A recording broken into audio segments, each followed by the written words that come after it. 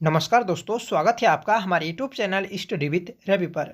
दोस्तों, आज की इस क्लास में हम वीकली करंट अफेयर्स पढ़ने वाले हैं, जिसमें दोस्तों हम 20 मार्च से 26 मार्च तक का सभी महत्वपूर्ण करंट अफेयर्स पढ़ेंगे।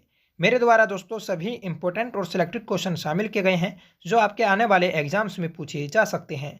तो चलिएगा शुरू करते हैं दोस्तों आज की अपनी इस क्लास को, जिसका पहला क्वेश्चन रहेगा कि हाल ही में अंतर्राष्ट्रीय वन दिवस कब मनाया गया है। तो हाल ही में दोस्तों अंतर्राष्ट्रीय वन दिवस मनाया गया है 21 मार्च को। राइट आंसर रहेगा ऑप्शन बी। 21 मार्च को दोस्तों प्रत्येक वर्ष अंतर्राष्ट्रीय वन दिवस मनाया जाता है, जिसकी 2023 में थीम रही है वन और स्वास्थ्य। तो आपको थीम भी याद रखनी है, क्योंकि एग्जाम में थीम भी पूछी जाती है। इसे मनाने का जो मुख्य उद्देश्य होता है दोस्तों, तो वह जंगलों के प्रति लोगों में जागरूकता बढ़ाना होता है। सेकंड क्वेश्चन है कि विश्व जल दिवस हाल ही में कब मनाया गया। तो हाल ही में दोस्तों विश्व जल दिवस जो मनाया गया है, तो वह 22 मार्च को मनाया गया है। राइट आंसर रहेगा ऑप्शन सी, जिसकी थीम रही है दोस्तों 2023 में एक्सेलरेटिंग चेंज। ठीक है, इसे मनाने की जो घोषणा की थी दोस्तों, तो वह संयुक्त राष्ट्र महासभा के द्वारा की गई थी 1993 में। ठीक है, जल के संरक्षण के महत्व को समझने के लिए। तीसरा प्रश्न है कि विश्व मौसम विज्ञान दिवस कब मनाया जाता है। तो हाल ही में मनाया गया है विश्व मौसम विज्ञान दिवस, जो दोस्तों 23 मार्च को मनाया गया। राइट आंसर रहेगा ऑप्शन डी। इसकी थीम है दोस्तों कि जनरेशन के साथ मौसम, जलवायु और जल का भविष्य। दोस्तों एग्जाम में थीम अधिकतर पूछ ली जाती है, तो थीम भी आपको याद रखनी है। ठीक है, इंपॉर्टेंट है कि जनरेशन के साथ मौसम, जलवायु और जल का भविष्य। चौथा प्रश्न है विश्व क्षय रोग दिवस कब मनाया जाता है। तो दोस्तों हाल ही में मनाया गया है विश्व क्षय रोग दिवस, जो 24 मार्च को मनाया जाता है। राइट आंसर रहेगा ऑप्शन ए। आपको याद रखना है कि विश्व टीबी दिवस दोस्तों 24 मार्च को मनाया गया, जिसकी थीम रही है कि हाँ, हम टीबी को समाप्त कर सकते हैं। ठीक है, और दोस्तों यह एक फेफड़ों को खराब करने वाला रोग है। मतलब इस रोग से दोस्तों फेफड़े खराब होते हैं, यह आपको याद रखना है, जो कि दोस्तों माइक्रोबैक्टीरियम ट्यूबरक्लोसिस नामक जीवाणु से होता है। ठीक है, जो टीबी जो होती है दोस्तों, तो वह माइक्रोबैक्टीरियम ट्यूबरक्लोसिस नामक जीवाणु के कारण होती है। पांचवा प्रश्न है कि इंटरनेशनल क्रिमिनल कोर्ट ने किसके खिलाफ गिरफ्तारी वारंट जारी किया है। तो दोस्तों व्लादिमीर पुतिन। ठीक है, तो व्लादिमीर पुतिन के खिलाफ दोस्तों इंटरनेशनल क्रिमिनल कोर्ट ने गिरफ्तारी का वारंट जारी किया है। तो आपको याद रखना है क्यों जारी किया है दोस्तों, क्योंकि यूक्रेन में वॉर क्राइम के लिए कोर्ट ने कहा है कि पुतिन यूक्रेनी बच्चों के अपहरण और डिपोर्टेशन के अपराध के लिए जिम्मेदार है।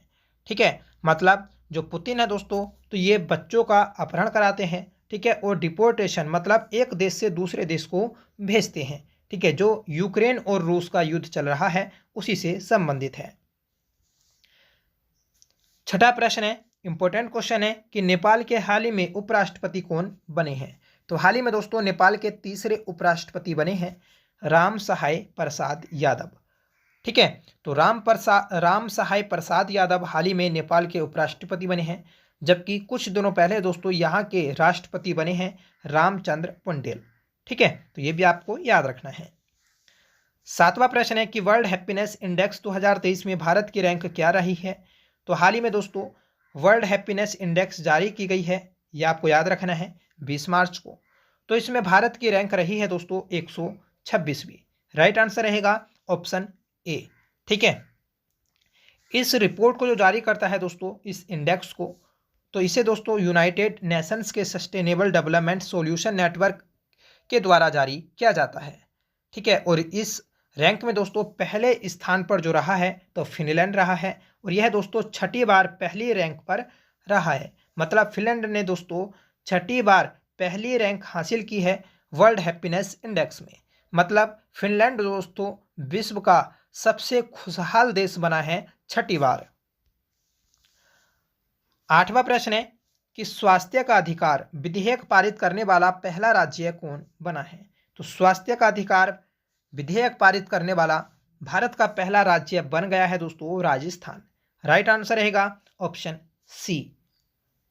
ठीक है, यहाँ के मुख्यमंत्री हैं दोस्तों वर्तमान में अशोक गहलोत, ये आपको याद रखना है, जिन्होंने घोषणा की है दोस्तों कि आप किसी भी प्राइवेट हॉस्पिटल में पहले पेमेंट किए बिना इलाज के हकदार हैं। मतलब आप बिना पेमेंट किए पहले आप इलाज करा सकते हैं।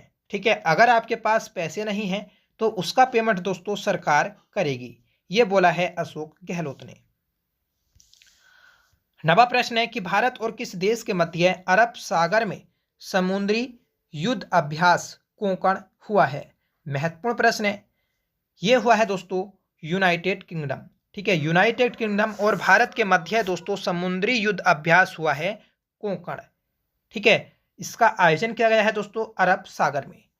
इसके अलावा दोस्तों भारत और इंग्लैंड के बीच में जो युद्ध अभ्यास होते हैं तो वह अजय वॉरियर और इंद्रधनुष होते हैं। 10वां प्रश्न है कि युद्ध अभ्यास सी ड्रैगन 23 का आयोजन किस देश में किया जा रहा है? तो युद्ध अभ्यास सी ड्रैगन 23 का आयोजन दोस्तों अमेरिका में किया जा रहा है। राइट आंसर रहेगा ऑप्शन ए। ठीक है, इसमें दोस्तों बहुत सारे देशों ने भाग लिया है। 11वां प्रश्न है कि पाक जलडमरू मध्य को अंडर 21 कैटेगरी में सबसे तेजी से तैरकर पार करने वाले पहले भारतीय कौन बने हैं? तो अंडर 21 कैटेगरी में सबसे तेजी से तैरकर पार करने वाले पहले भारतीय बन गए हैं संपना रमेश सैलार। संपना रमेश सैलार, इन्होंने दोस्तों अंडर 21 कैटेगरी में सबसे तेजी से तैरकर पाक जलडमरू मध्य को पार किया है। 12वां प्रश्न है कि किस पड़ोसी देश ने चीन की मदद से अपना पहला पनडुब्बी बेस शुरू किया है? तो बांग्लादेश ने दोस्तों चीन की सहायता से अपना पहला पनडुब्बी बेस शुरू किया है। 13वां प्रश्न है कि एशिया का सबसे बड़ा आहार मेला 2023 कहाँ आयोजित किया गया है? तो एशिया का सबसे बड़ा आहार मेला 2023 आयोजित किया गया है नई दिल्ली में। नई दिल्ली के प्रगति मैदान में दोस्तों आहार मेला 2023 का आयोजन किया गया है, जो एशिया का सबसे बड़ा मेला है। 14वां प्रश्न है कि प्रधानमंत्री नरेंद्र मोदी ने कितने शहरों में पीएम मित्रा मेगा टेक्सटाइल पार्क स्थापित करने की घोषणा की है? तो पीएम मित्रा योजना के तहत दोस्तों मेगा टेक्सटाइल पार्क स्थापित किए जाएंगे। ये किए जाएंगे दोस्तों आपके 7 शहरों में। राइट आंसर रहेगा ऑप्शन सी। ठीक है, तो आपको याद रखना है कि पीएम मित्रा योजना के तहत दोस्तों मेगा टेक्सटाइल पार्क स्थापित किए जाने हैं और ये आपके 7 शहरों में स्थापित किए जाएंगे। ठीक है, पीएम मित्रा योजना का जो संबंध दोस्तों तो वह कपड़ा निर्माण से है, यह आपको याद रखना है, जिसका मुख्य उद्देश्य है कि कपड़ा निर्माण और निर्यात के लिए भारत को एक वैश्विक केंद्र के रूप में स्थापित करना। 15वां प्रश्न है कि मथुआ मेला हाल ही में किस राज्य में आयोजित किया गया है? तो प्रसिद्ध मेला है दोस्तों मथुआ मेला, जो हाल ही में आयोजित किया गया है पश्चिम बंगाल राज्य में। ठीक है, मथुआ मेला, ये मथुआ जो है दोस्तों एक समुदाय है, पश्चिम बंगाल में रहता है और दोस्तों यह बांग्लादेश में भी रहता है। तो इस समुदाय के द्वारा दोस्तों मथुआ मेला आयोजित किया गया है पश्चिम बंगाल में। 16वां प्रश्न है कि अफ्रीका भारत सैन्य अभ्यास अपेंडिक्स 2023 कहाँ शुरू हुआ है? तो अपेंडिक्स एक संयुक्त सैन्य अभ्यास है दोस्तों अफ्रीका और भारत का। इसका आयोजन किया गया है दोस्तों पुणे में। ठीक है, तो आपको याद रखना है कि अफ्रीका और भारत देश के मध्य होने वाला अपेंडिक्स युद्ध अभ्यास दोस्तों पुणे में आयोजित किया जा रहा है। ठीक है, आप याद कर सकते हैं AF से है दोस्तों अफ्रीका, ठीक है, और IND से है इंडिया और EX से है एक्सरसाइज। नेक्स्ट क्वेश्चन है कि सेलिब्रिटी ब्रांड वैल्यूएशन रिपोर्ट 2022 में सबसे मूल्यवान सेलिब्रिटी कौन बने हैं? तो सेलिब्रिटी ब्रांड वैल्यूएशन रिपोर्ट 2022 में सबसे मूल्यवान सेलिब्रिटी बने हैं दोस्तों रणबीर कपूर। ठीक है, तो राइट आंसर है ऑप्शन ए। दूसरे नंबर पर रहे हैं दोस्तों विराट कोहली और तीसरे नंबर पर रहे हैं दोस्तों अक्षय कुमार। ठीक है, और चौथा स्थान पाया है दोस्तों आलिया भट्ट ने। ठीक है, तो आपको याद रखना है 18वां प्रश्न है और महत्वपूर्ण प्रश्न है दोस्तों कि यूनेस्को की रिपोर्ट के अनुसार कितने प्रतिशत आबादी के पास सुरक्षित जल नहीं है। मतलब विश्व की कितने प्रतिशत आबादी के पास दोस्तों पीने के लिए स्वच्छ जल नहीं है। तो दोस्तों 26% आबादी के पास पीने के लिए स्वच्छ जल नहीं है। ऑप्शन ए राइट रहेगा।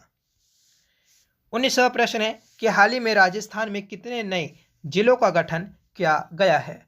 तो हाल ही में दोस्तों राजस्थान के 19 जिलों का नया गठन किया गया है। राइट आंसर रहेगा ऑप्शन ए। और अब दोस्तों यहाँ पर टोटल 50 जिले हो गए हैं। तो आपको याद रखना है कि 19 जिलों का गठन किया गया है राजस्थान राज्य में। 20वां प्रश्न है कि किस केंद्र शासित प्रदेश में एशिया का सबसे बड़ा ट्यूलिप गार्डन जनता के लिए खोल दिया गया है। तो एशिया का सबसे बड़ा ट्यूलिप गार्डन खोल दिया गया है दोस्तों जम्मू कश्मीर में। ठीक है, तो राइट आंसर है ऑप्शन ए। ठीक है, आपसे ये भी पूछा जा सकता है कि एशिया का सबसे बड़ा ट्यूलिप गार्डन कहाँ पर बना है। तो यह जम्मू कश्मीर में बना है। 21वां प्रश्न है कि संगीत कला निधि पुरस्कार 2023 के लिए किसे चुना गया है। तो संगीत कला निधि पुरस्कार 2023 दोस्तों दिया गया है बॉम्बे जयश्री को। ठीक है, जो कि दोस्तों कर्नाटक के एक संगीतकार हैं। तो इन्हें दिया गया है। याद रखना है आपको कि बॉम्बे जयश्री को दोस्तों संगीत कला निधि पुरस्कार 2023 दिया गया है। ये दोस्तों संगीत के क्षेत्र में दिया जाता है। 22वां प्रश्न है कि वर्ल्ड यूनिवर्सिटी रैंकिंग में IIT बॉम्बे को भारत में कौन सा स्थान प्राप्त हुआ है। तो वर्ल्ड यूनिवर्सिटी रैंकिंग में IIT बॉम्बे को दोस्तों भारत में पहला स्थान प्राप्त हुआ है। मतलब दोस्तों कि भारत की सबसे अच्छी या बेहतर प्रदर्शन करने वाली जो यूनिवर्सिटी है, जो संस्थान है, तो वह दोस्तों वो IIT बॉम्बे है। ठीक है, अगर आपसे पूछा जाए कि विश्व में सबसे बेहतर प्रदर्शन करने वाला संस्थान कौन सा है, तो वह दोस्तों हार्वर्ड विश्वविद्यालय अमेरिका है।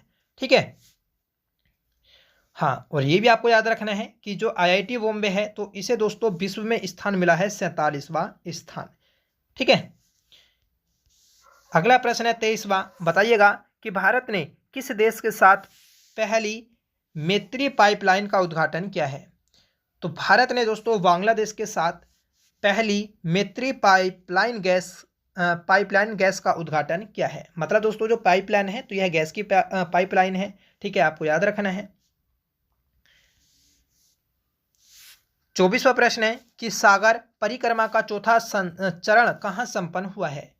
तो सागर परिक्रमा का चौथा चरण दोस्तों संपन्न हुआ है कर्नाटक में। राइट आंसर है ऑप्शन ए।